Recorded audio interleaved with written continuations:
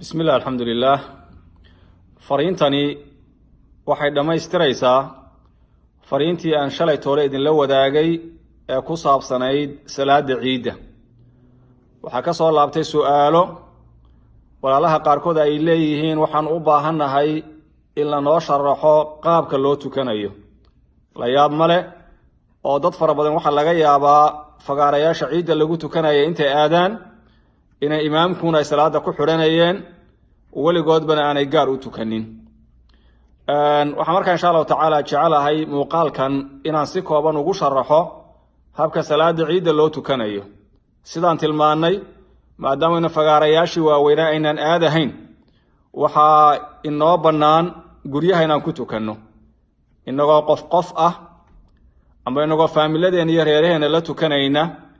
way inoo banaan tahay guryaha inaan ku tukano waxaan leenaga rabin kaliyaata khudbadii ciida aynu la iman jirnay leenogama baahna maadaama markaa dad fara badan ay guryaha ku tukanayaan horena aanay qadiyadooda kale aanay u qabsanin in qaabka loo tukanayo wax iska weydiiyaan waa arrin meesha ku jirta weeye si kooban markaa muuqaalkan walaalaha guryaha fadhiya ee rag iyo haweenba leh waxaan kula wadaagi doonaa qaabka ay tahay inay salaada ciida u tukadaan laba ragcadood weeye salaada ciidu ragcadda koobaad waxay leedahay takbiirta lagu xiranayo iyo 7 takbiirood oo kale ragcadda labaadna waxay leedahay takbiirta lagu soo kacayo iyo 5 takbiirood oo kale qaabkeeduna waa sidan marka koobaad waan xiranayaa waxaan leeyahay Allahu akbar salaadi marka waan xidhay taas waa takbiiratul ihraamki marka aan xidho intaan faatixada akhrin waxaan ku xigsiinaya 7 takbiirood marka waxaan leeyahay Allahu akbar oo xirashadiya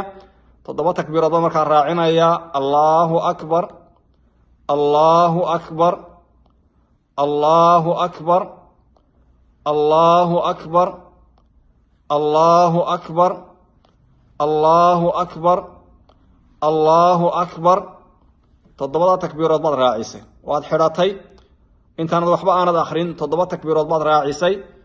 tii aad ku xiratay iyo 7 takbiirood waa 8 marka aad dhamayso waxaad bilaabaysaa faatixada marka aad dhamayso waxaad raacinaysaa suurad kale waxa sunnadu ay tahay inaad ragcadda koobaad aad raaciso suuratul a'la sabbih isma rabbikal a'la hadii aanad xifdisnayn waxaad raacinaysaa suurad kale hadii aanad xifdisnayn waxa kugu filan faatixada kaliyaata inta markaad samayso takbiirta aad ku xiratay iyo 8 aad raacisay iyo faatixadii iyo hadaad awoodo suuratul a'la hadii aanad awoodin suurad kale hadii kalena faatixadu ay kugu filan tahay inta markaad samayso waad rukuucaysaa labadii sujuudood ragcadu ay lahayd baad la imanaysaa waad soo kacaysaa soo kicitaanka waxaad ku soo kacaysaa Allahu akbar baad ku soo kacaysaa takbiirta aad ku soo kacday ragcadii labaad baad durba ku bilaabantay takbiirta marka aad ku soo kacday Allahu akbar waxaad raacinaysaa 5 takbiirood oo kale marka waxaad soo kacday waxaad leedahay Allahu akbar Allahu akbar Allahu akbar Allahu akbar Allahu akbar Allahu akbar 5 takbiirood baad dhamaysay oo ay ku dheertahay tii aad ku soo kacday halkaas waa 6 weeye kadibna ragcaddii labaad faatixadeeda waad bilaabaysaa faatixada markaad dhamayso waxaad akhrinaysaa suuratul ghaashiya hal ataaka hadithul ghaashiya hadii aanad awoodin oo xifdisnayn suuradii kale ku fududaatad akhrinaysaa suurad kale hadii aanad xifdisnayn faatixada ayaa kugu filan waad rukuucaysaa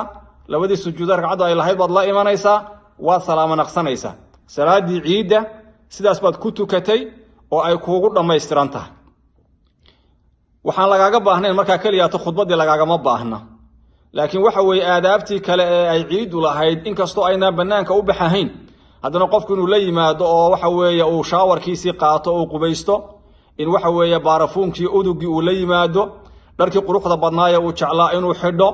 hadii ciidaha la isbooqan jiray guryaha la isu tagi jiray in teleefanka la iska salaamo oo teleefanka la isaga tahniyadeeyo la isaga hambaliyeeyo waxa weeye arimahaas oo dhan waa arimo banaan weeye khudbadu markaa meesha ka baxaysa sidoo kale insha Allah taala walaalaha mar waxaan xasuusinaynaa in waxa weeye ay zakatul fidriga isku dayaan inay bixiyaan oo gaarsiiyaan cidii xaq u lahayd intaan salaada ciida waqtigeeda la gaadhin insha allahu tacaala. marka fariintii hore ku saabsanayd salaada ciida fariintan kooban oo qaabka loo tukanaya ah ayaan insha allahu tacaala ka daba keenay. 2 jeer 3 jeer haddii aad waxa weeye aad hore u xifdin weydo fiirso way sahlan tahay, wax badana kaagama baahna. ilaahna subxaanahu wa tacaala ha ina gaadhsiiyo, allah inagu simo